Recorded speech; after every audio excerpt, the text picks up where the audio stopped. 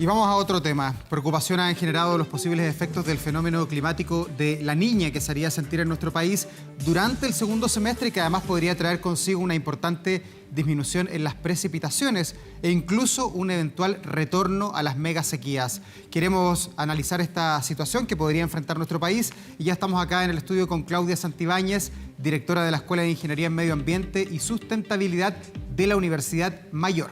Bienvenida, Claudia. Muchísimas gracias. Gracias por estar con nosotros. A ver, lo primero, hablar de que nos está dejando, que es el niño. ¿Se sabe hasta cuándo debiésemos tener el fenómeno del niño? Sí, si bien todavía estamos en presencia del niño, se está viendo que este está ya en retirada, está en pleno proceso de retirada. Todavía hay lugares que se mantienen cálidos en el océano, que es la característica de este fenómeno, pero ya se espera que durante marzo, abril, ya este fenómeno debiese estar en retirada y debiésemos entrar en una fase neutra, que se llama esperando luego la llegada de la niña. ¿Y por qué duró tan poco este niño? Porque uno recuerda en los años 90 principalmente que Chile tenía un año del niño, otro de la niña, uno del niño de la niña, pero tuvimos muchos años de mega sequía que me imagino están asociados más a la niña que al niño. Ahora vamos a volver a tener un año de cada sexo de alguna manera, niño y niña. La verdad es que eso es bastante impredecible, ¿eh? No hay un patrón, digamos, muy claro, muy marcado al respecto.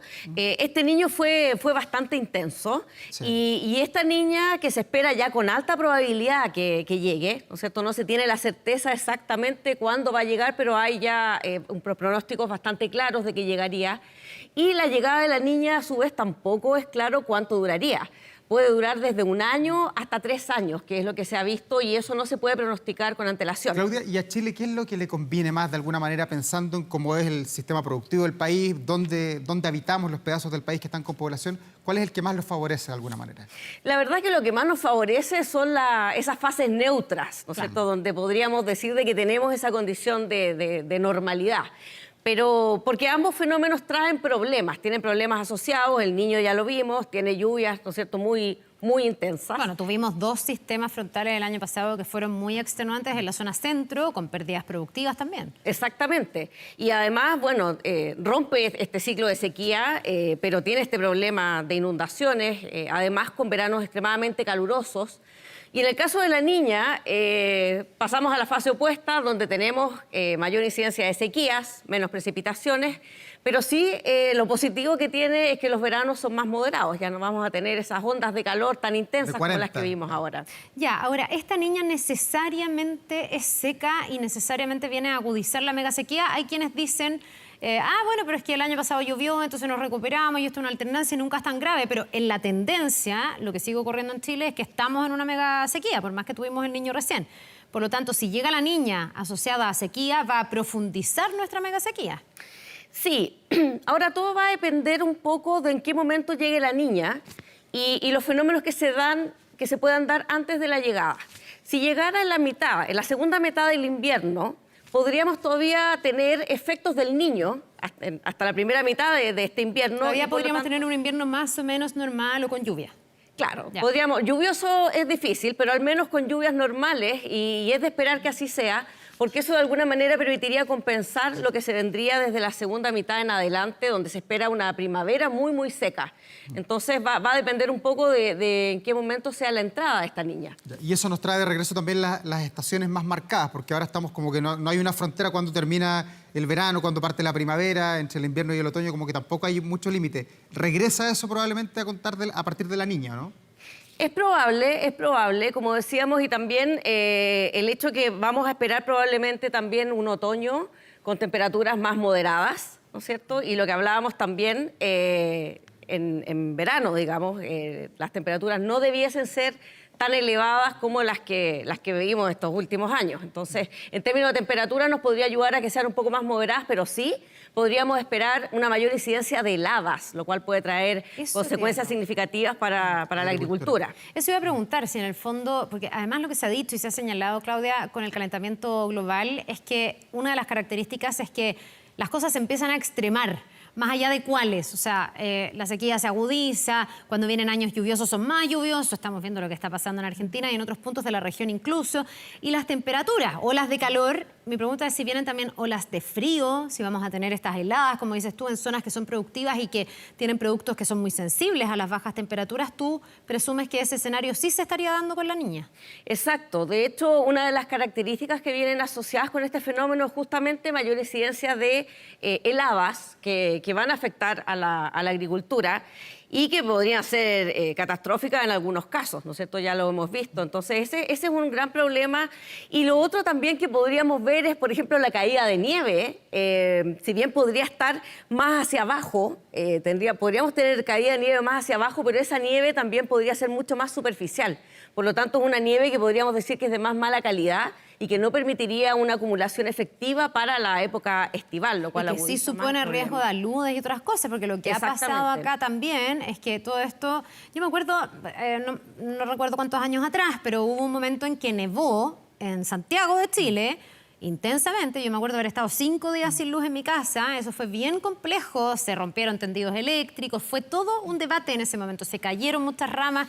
Ese fenómeno yo no sé si estaba enmarcado dentro de la niña. Probablemente, ¿sí? Sí, es muy probable porque esas, como decíamos, esas heladas y que se pueden dar principalmente también en la primavera están muy asociadas también a este fenómeno y son consistentes con ello. Claudia, ¿y se puede ver la niña también como una oportunidad? Y volviendo al tema agrícola, en cómo se está modificando el panorama de los suelos, en la forma en que uno está cultivando, el tipo de productos que crecen en ciertos lugares, eso ha ido cambiando. Vemos que lo veíamos sobre todo en los tiempos de sequía, que sacaban a las cabras de ahí de los sectores altos de la precordillera en la región de Coquimbo, porque ya no había pasto en ese campo, y se ha ido corriendo todo. ¿Puede ser esto también una oportunidad para algunos sectores o no? Bueno, probablemente es una oportunidad para que empecemos a hacer una mejor planificación y podamos ir mejorando de alguna manera la infraestructura, porque estos fenómenos climáticos se están viendo cada vez con más incidencia. Si bien estos fenómenos, estas oscilaciones que tenemos entre niño, niña y fase neutra, es algo, digamos, normal, pero de alguna manera se ven exacerbados producto del cambio climático. Entonces sí tenemos que acostumbrarnos y poder tener infraestructura suficiente o necesaria para poder enfrentar estos eventos más extremos. ¿Y por ejemplo, qué infraestructura es la que nos falta hoy día? Bueno, en el caso de la agricultura, principalmente embalses, quizás ya no esos mega embalses que se ha visto que muchas veces no funcionan, pero sí necesitamos una mayor cantidad de embalses más pequeños y medianos que nos permitan de alguna manera acumular agua para tener en la etapa más seca. Es interesante esto en el sentido de los cambios o el desafío económico también que representa el tener estos fenómenos climáticos normales pero exacerbados por el calentamiento global, porque significa una mayor inversión en la agricultura, a nivel productivo, también una mayor inversión de las personas en su casa. Si vienen temperaturas más bajas, hay todo un desafío en materia de calefacción. Ahora con el niño también se ha visto la necesidad de capear el calor de alguna manera. Ahí también va a significar, o ya está significando, el ir modificando hábitos y el ir equipándonos frente a estas temperaturas que son más extremas.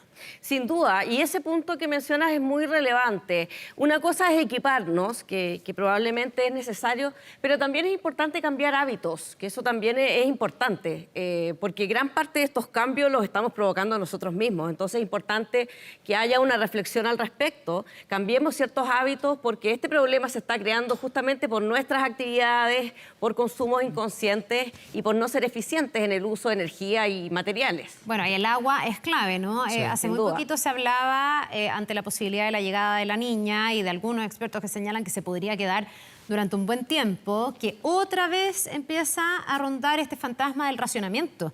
Estuvimos muy cerca de ese escenario en un momento, incluso aquí en Santiago, en grandes ciudades, finalmente vino el niño, como que nos relajamos un poco, a lo mejor demasiado, no lo sé.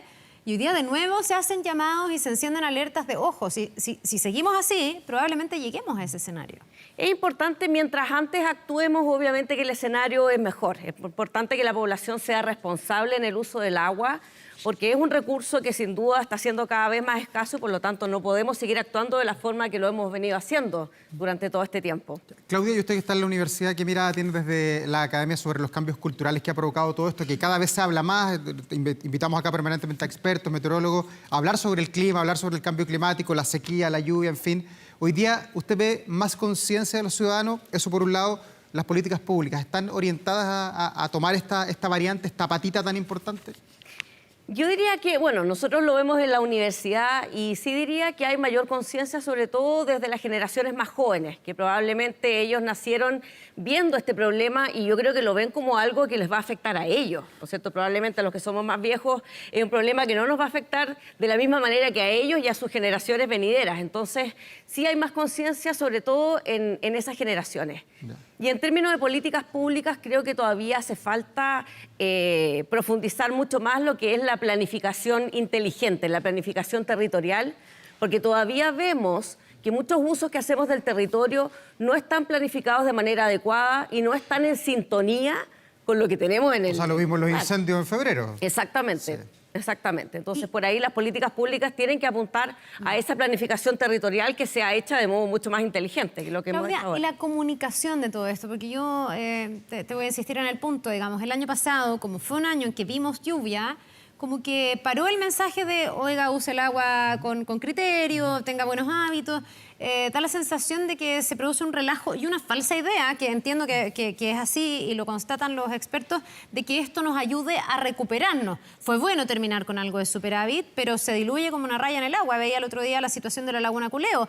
Tuvo flujo nuevamente, agua, el espejo, pero hoy día el espejo de nuevo se está yendo y están apareciendo incluso pájaros muertos, porque no tienen agua. Bueno, además que hay un tema con el uso del agua, pero en el fondo no nos alcanzamos a recuperar suficiente. Exactamente, podríamos decir que esto fue una suerte de paréntesis que ocurrió, pero que el problema sigue persistiendo. Entonces, es muy relevante que tomemos acciones reales porque el problema no ha terminado. La verdad es que el escenario es bastante incierto.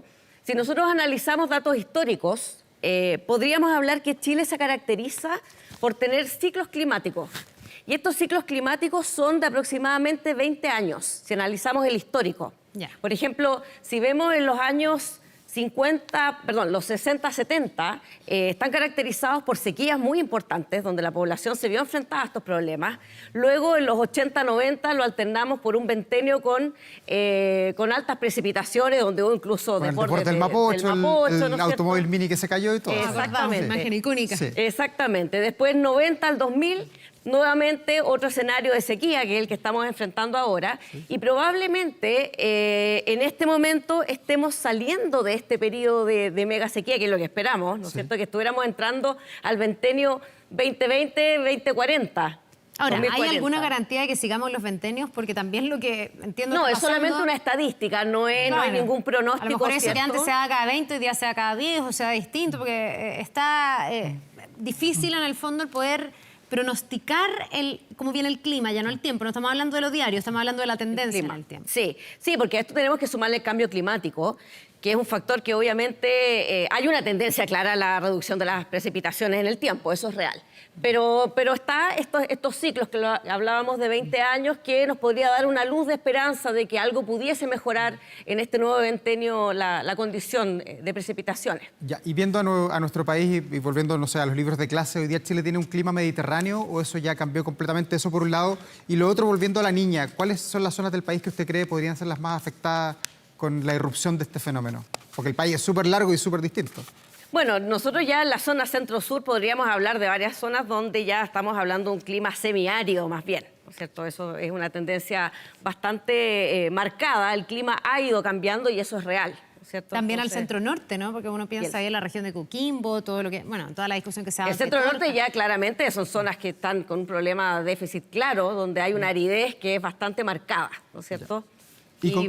¿Y con cuánta anticipación se puede saber cuándo llega? Usted dice, bueno, el segundo semestre puede llegar la niña, pero no sabemos cuándo. Hoy día, desde ese punto de vista, Chile tiene el sistema de información, los radares adecuados para prepararse a estos cambios que son medios bipolares también y que de repente tienen fenómenos que pillan a las autoridades, y lo hemos visto en lo que ha pasado en el último tiempo. Sí, bueno, la probabilidad de llegar a la niña ya es bastante importante. De hecho, ya en la segunda mitad del invierno la probabilidad es altísima y ya durante la primavera es más de un 70%. Por lo tanto, ya es bastante certero de que eso es muy probable de ocurrir y que la llegada va a ser más o menos en el tercer trimestre. Bien, pues vamos a ver y ir constatando lo que pase. Le queremos agradecer a Claudia Santibáñez, directora de la Escuela de Ingeniería en Medio Ambiente y Sustentabilidad de la Universidad Mayor. Que le vaya muy bien, que tenga muchísimas gracias. Muchas gracias. Nos vemos.